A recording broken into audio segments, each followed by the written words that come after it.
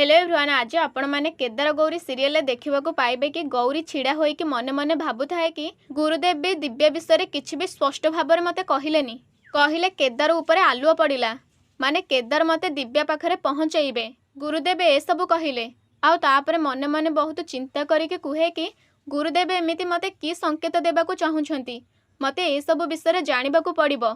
आउ सेथिपाई मते समस्त को जांच करने को पड़ो। आउे प्रभुदादा नना को अनेक एमती कहे कि जना नहीं प्रभुदादा नना मत आहरी केते मिछ कही।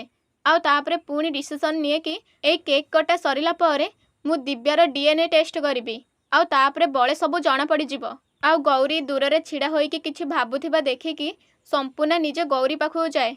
आउ हाथ धरिके कहे कि दीदी आस केक काटिबा। आउ एमिते कहे कि ताको भिड़ी भिड़िका नहीं आसे केक पाखकू। आउ बहुत एक्साइटमेंट रे कहे कि दीदी मु आ वेट करि परिबिनी, चल जल्दी केक टा काटिदेल। आउ एपटे विक्रांत एवं माधवी दुई जण जाक परस्पर परस्पर मुह को चाहा चाही हुअंती। आउ सेठारु चली जाती। आउ एपटे शिवालिका विष बोतल धरिथिबा देखिकी ताको एमिते प्रश्न करंती कि शिवालिका तमे सତରେ केक रे विष ढाळीथिलो ना। आउ ए सब सुनिला पर शिवालिका मिछ कहिके कहे कि हाँ हाँ हाँ केक रे तो मु पूर्वर विष ढाली देइथिली। आउ ए सब सुनिला पर विक्रांत कहे कि अच्छा अनानी माउसी, मु मोर छोट बेलरू आज पर्यंत लक्षाधिक मिछ कहिछि।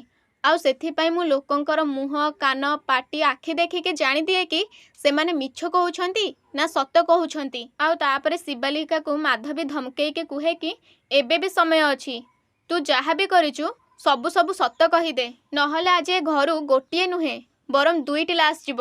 गोटे होउची से गौरीर आउ गोटे होउची तोर। ताहले सांग माने एठारे शिवालिका कौन करिवो से सबको जानिबा पई चैनल को सब्सक्राइब करके रखंतु।